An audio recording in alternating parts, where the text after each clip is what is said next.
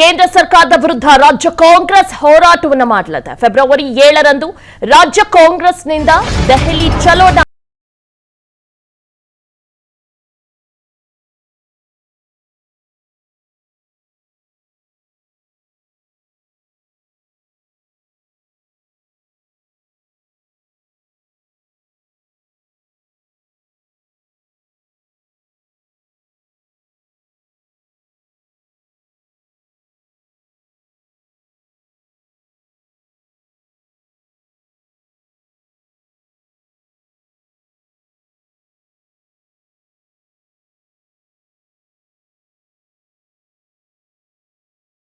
ಕೇಂದ್ರ ಸರ್ಕಾರದ ವಿರುದ್ಧ ರಾಜ್ಯ ಕಾಂಗ್ರೆಸ್ ಹೋರಾಟವನ್ನ ನಡೆಸಲಿದೆ. ಫೆಬ್ರವರಿ 7ರಂದು ರಾಜ್ಯ ಕಾಂಗ್ರೆಸ್ನಿಂದ ದೆಹಲಿ ಚಲೋವನ್ನು ಹಮ್ಮಿಕೊಳ್ಳಲಾಗಿದೆ. ಬೆಂಗಳೂರಿನಲ್ಲಿ ಡಿಸಿಎಂ ಡಿಕೆ ಶಿವಕುಮಾರ್ ಇದರ ಬಗ್ಗೆ ಹೇಳಿಕೆಯನ್ನ ಕೊಟ್ಟಿದ್ದಾರೆ. ಕೇಂದ್ರದ ತೆರಿಗೆ ತಾರತಮ್ಯ ಖಂಡಿಸಿ ಕಾಂಗ್ರೆಸ್ ಪ್ರತಿಭಟನೆಯನ್ನ ನಡೆಸಲಿದೆ. ಸಿಎಂ ಡಿಸಿಎಂ ಸೇರಿದಂತೆ ಎಲ್ಲಾ ಶಾಸಕರಿಂದ ಹೋರಾಟವನ್ನ ಮಾಡಲಿದ್ದಾರೆ. 136+2 138 ಶಾಸಕರು ನಮ್ಮ ವಿಧಾನ ಪರಿಷತ್ತಿನ ಸದಸ್ಯರು.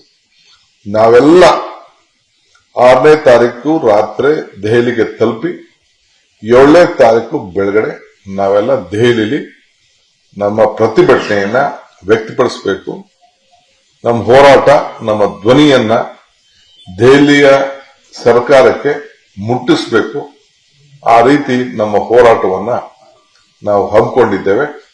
ಸೊ 7ನೇ ತಾರೀಕು ಬೆಳಗ್ಗೆ ಸುಮಾರು 10:30-11 ಗಂಟೆ ಅಷ್ಟೊತ್ತಿಗೆ ನಾವು ಎಲ್ಲಿ ನಮಗೆ ಪರ್ಮಿಷನ್ ಕೊಡ್ತಾರೋ, ಪರ್ಮಿಷನ್ಗೂ ನಾವು ಈಗಾಗಲೇ ಪತ್ರವನ್ನ ಬರೆದಿದ್ದೇನೆ.